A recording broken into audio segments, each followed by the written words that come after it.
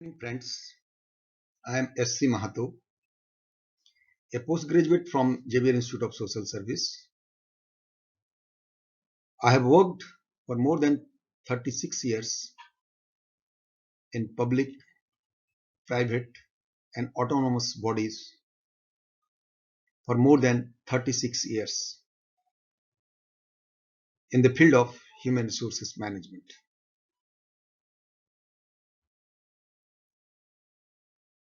I have retired from the services as Deputy General Manager HR from GAIL India Limited in the month of November 2018.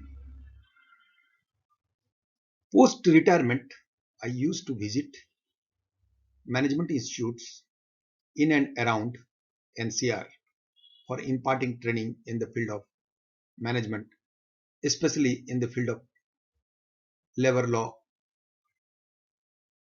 and its application in various industries.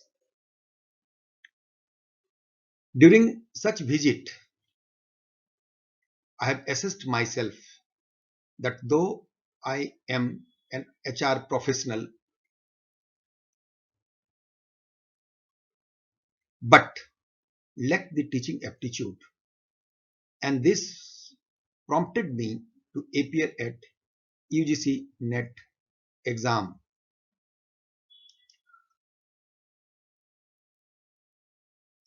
Post retirement, I used to visit management institutes in and around NCR for imparting training to students pursuing management.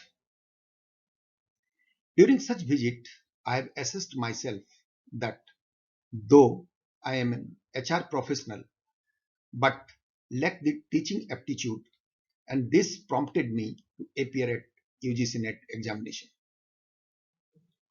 I have qualified the UGC NET exam in November 2020. I would like to share my experience for the the aspirants of UGC NETs, how I cracked the UGC NET exam after my retirement. Initially, I thought that I will qualify the examination with little effort based on my practical experience. However, going through the syllabus and course content, I found it difficult to qualify as the course was too vast. To qualify, I have adopted a strategy. Firstly, I have selected some books of reputed publications like Arihant Publications for UGC NET Course 55, Administrative Thinker by Strilling Publication, R.C. Gupta's NTA UGC NET Previous Year's Paper with Solution, Industrial Relation, Oxford Publication, Organizational Behavior, Pearson's Publication, and I choose the online course by Doorstep Tutor for regular assessment based on their published and online series.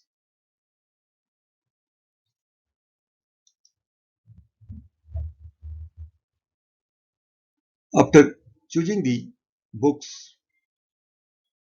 I have analyzed the question asked during last 5 years in course 55.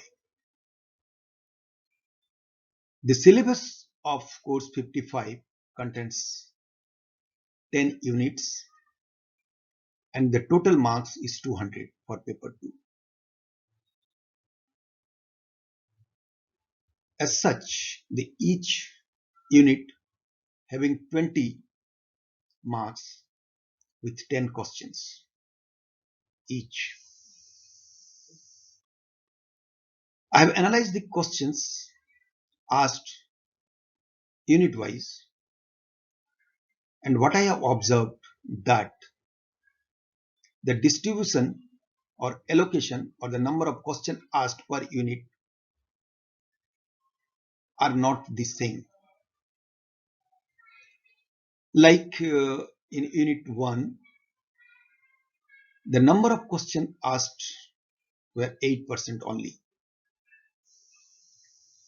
From chapter 01, that is Principle and Practices of Management, the number of questions asked were 7. And from chapter 2, Functions of Management, the number of questions asked were 9. That is, total question from unit 1 were 16 in number.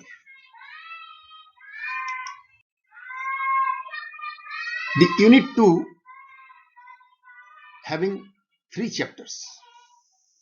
The chapter 3, titled as Fundamentals of Human Resources Management. Chapter 4 deals with induction and performance management and training. Chapter 5, compensation management and new trends in management. From the chapter 3, average 10 number of questions have been asked. From chapter 4, 8 questions have been asked, and chapter 5, 10 questions have been asked. In total, from unit 2, 28 number of questions have been asked. From unit 3, it has got 2 chapters. Chapter 6, Human Resources Development, and Chapter 7, International Human Resources Management.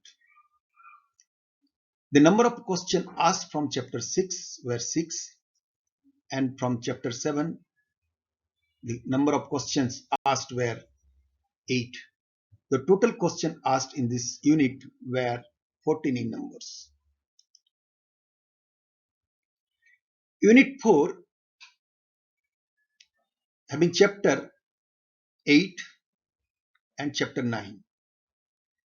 Chapter 8 having the chapters, subchapters like organizational behavior, motivation, group dynamic, leadership, communication, power and authority, stress, organizational change and development.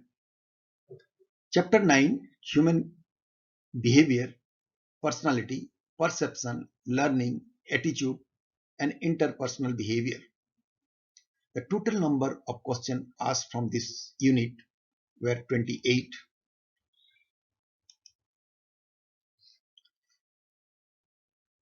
The unit 5 having 2 chapters, chapter 10, industrial relation, and chapter 11, trade union. The total number of questions asked from this unit were 37. From chapter 10 it is 18, and from chapter 11 it is 19. So the total number of questions asked from this chapter were 37, having the maximum question from this chapter, that is 19%. Unit 6 having single chapter, and only 18 questions have been asked, that is 9% of the total question asked. And from the unit 7, it deals with 2 chapters, labor legislation and international labor organization, and chapter 14, labor laws in India. The total question asked in this unit were 28, 13 plus 15. Unit 8 having single chapter and deals with wages and wage laws. The total question asked in this chapter is 9%.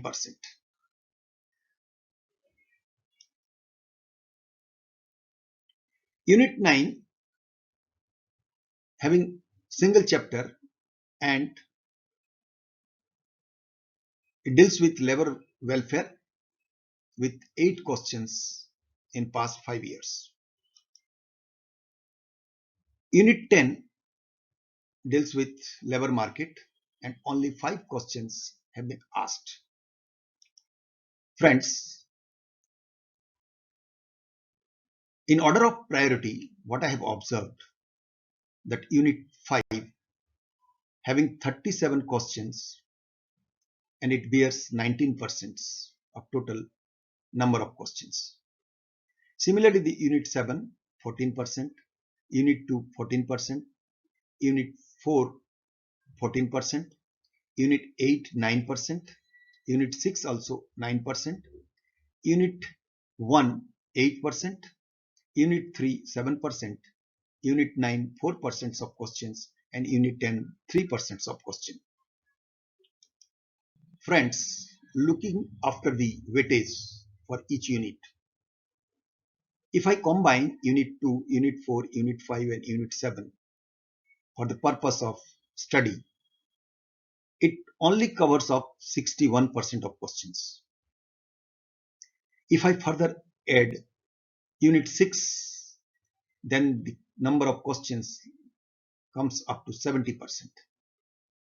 And further adding Unit 8, it leads to around 80%. So if you have got a limited time and you would like to crack the UGC NET, try to confine your study within Unit 2, Unit 4, Unit 5, Unit 7 and Unit 6 will comfortably reach up to 70%. And if you add further Unit 8, you can reach up to 79%. It means by confining your study to limited units, you can secure comfortable mark to crack the UGC NET exam. Now friends, in my next series, I will give you the details unit wise, how to read and concentrate on a specific point to answer the question from each unit. Kindly wait for my next PPT or PowerPoint presentation. I will try to give my experience in depth so that you can easily crack the UGC NET exam. Thank you very much. Good night.